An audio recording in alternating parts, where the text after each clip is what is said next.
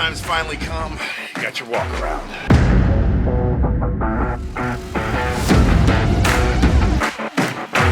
Okay, you know, every step of this process was a major undertaking, whether it's the asphalt and or concrete or the landscaping, whether it was the freeze or whether it's the frickin' cows. Every bit of foliage that was around here has been eaten by the cows. Case in point, I come home last night from Gage's first scrimmage.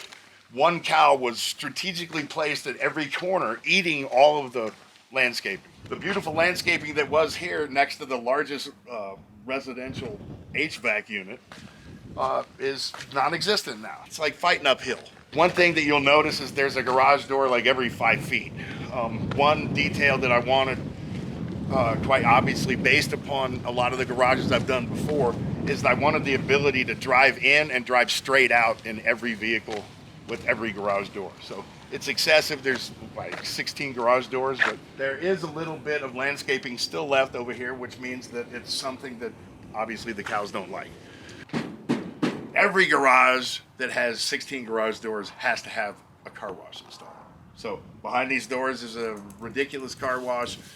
Coleman Hanna helped me out with it, another sponsor. Appreciate it, guys. And one of these days we will open this thing up and you'll hear all about it. Welcome to GOLDBERG'S Garage. It has been an absolute nightmare getting this thing finalized. We're about 99% done. There's two kind of babies in the garage, and this is the first baby, 1967 Mercury F100, I believe. It's basically a Ford, but it's badged Mercury because it was a Canadian export. 3 on the tree, inline 6, outside in the freezing cold of Saskatchewan for about 20-something years. Nut and bolt restoration. My wife and all of the siblings in her family learned how to drive in this truck. Papa Ferriton, you're the man. Great color. The other baby, which I don't know, I'd fight with my wife to see who's the firstborn or the most valuable baby, but 1970 Boss 429. One of 2 automatic Boss 429s, serial number 429, campaigned in Vietnam in front of about 200,000, 300,000 servicemen during the Vietnam War. The story is unbelievable. I'm extremely patriotic. Everybody knows that. It's a Ford, but arguably it's one of the most documented, historical, badass Fords on the planet, badass muscle cars on the planet, so I'm honored to be the proud owner. Okay, over here, under the custom bent pack lift, 1959 Biscayne. I bought it at a Good Guys in Del Mar, California, probably 20 years ago. Under the wraps here, 1963 Dodge 330 factory aluminum lightweight race car. It is badass, 1 of 25 made. This was a Ram Air 3 Trans Am that I purchased on eBay while participating in filming The Longest Yard. The story behind that is, again, unbelievable. Not making these things up. 1973 Super Duty Trans Am. You know, the last year, the high horsepower Trans Ams, pretty much for a number of years. 1968 4-speed, numbers matching 440 hardtop GTX. Oh my God, that culminates that sound. Okay, I like to say that if I was a car, then I would be my 69 Hemi 4-speed ostentatious Charger. This thing is one of the reasons why I started my collection. One of my favorite cars, hands down, no question. My first Hemi car, original 4-speed 440 Hemi, 69, beautiful car, RT. This was the first Mopar that I bought, 1968. GTX 444 speed car. Graveyard Cars finished it off for me. They did a wonderful job. Another Barrett Jackson acquisition, 1970 Coronet 440 6-pack car, automatic car though. Numbers matching, pretty badass. This is the area right here that originally we designed so that it could be the functional work area of the garage. I want to display everything on both sides, but these 2 stations right here have been given the title of work area. And the pinnacle of that work area, other than the bend pack lifts, is the custom badass workbench by Badass Workbench. These guys manufactured this, custom made it for me with the big L, obviously designed it exactly as I wanted it for this area, dimension-wise. And Not only did it turn out to be spectacular, but I think it just enhances what's going on here. Milwaukee, thank you guys exponentially. You've been a tool sponsor of mine for a number of years, and I don't have every bit of what you offer, but soon. One really small detail, and it's something, you know, this pegboard, it's available with so many different interpretations as far as workbenches and stuff like that, and the hangers. I've been pissed off about these stupid hangers that come with it for years. Here's the remedy. The remedy is a company that just so happened to be a sponsor of mine now. Gator Magnets. Okay, these guys have provided me with all the hangers. Not only are they cool looking, not only are they functional, but they have such a variety of stuff, right? And so you can hang your stuff in an organized manner, whether it's a basket, whether it's a paper towel holder, whether it's just, you know, normal open-end rings or closed rings to hang just about anything and everything in your garage. Lev Wrap, you guys and your products are unbelievable. You came out here and in a 2-day period of time, you provided me with storage that I haven't had. I've wanted it. It's hard in a structure like this that you want to keep open to be able to put storage in here. So thank you guys for everything you've done. Viper chair, you guys with your logos on the 6 benches or the 6 stools that you gave me, fantastic, man. Okay, another car that I got at Barrett-Jackson. This was a car that I never thought that I'd buy, but I lived next door to the Elliots, as you guys have found out. These guys are restoring this car for about 2.5 years, so I kind of watched it happen. It's one of the cars that I purchased online with Bob Johnson at Barrett-Jackson from Japan. So that was a hell of a story. 1992 Turbo 911, my wife's car. It's a beautiful car, but it's too small for me.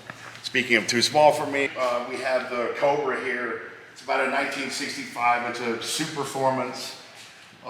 It's a replica, but what is so cool about this bad boy is what's under the hood. And it was built by Ernie Elliott, and it's a NASCAR motor. Got to tune in to hear a lot more about that. And we will talk about popping wheelies at 90. 2021 first edition TRX number 95. I felt really guilty about driving the first edition, so I bought another.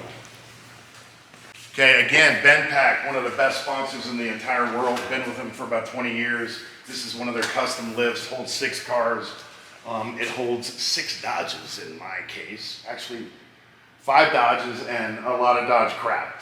So, man, this is my first Challenger. It's a 6-speed, about 850 to the tires.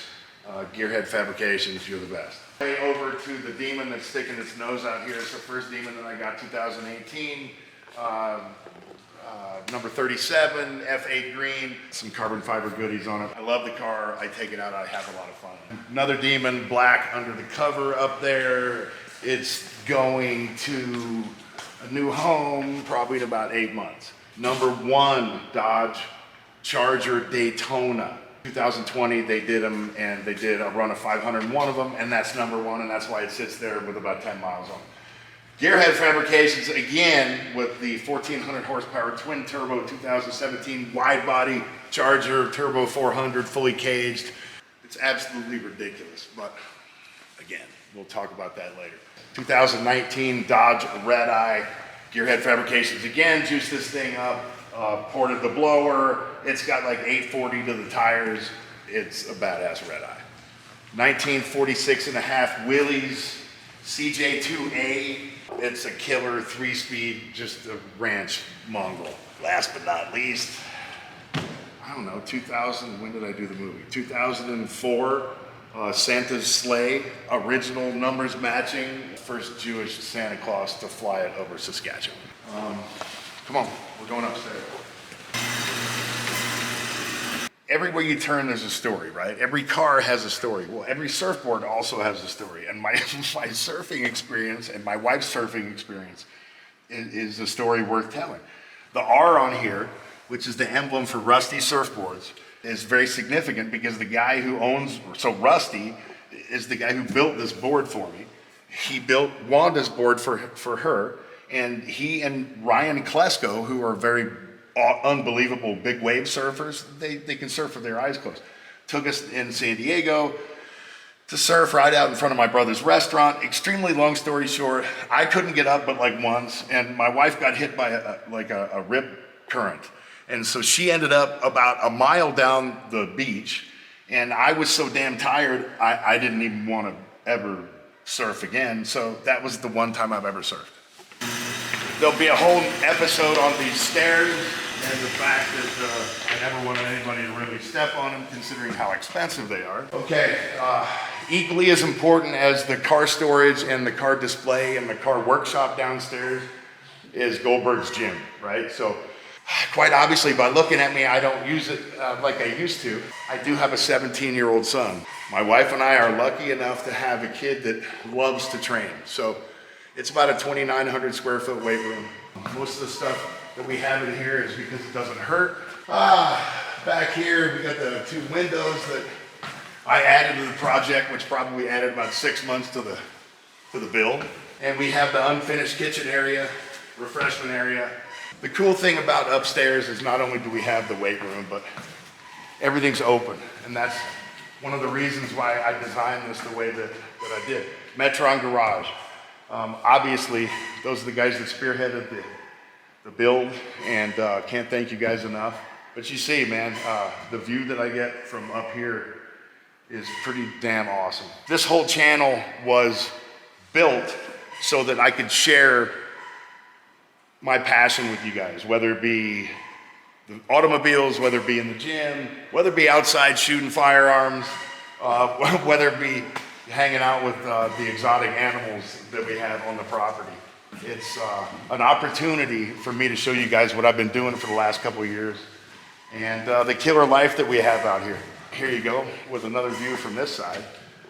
And again, it reinforces, the idea.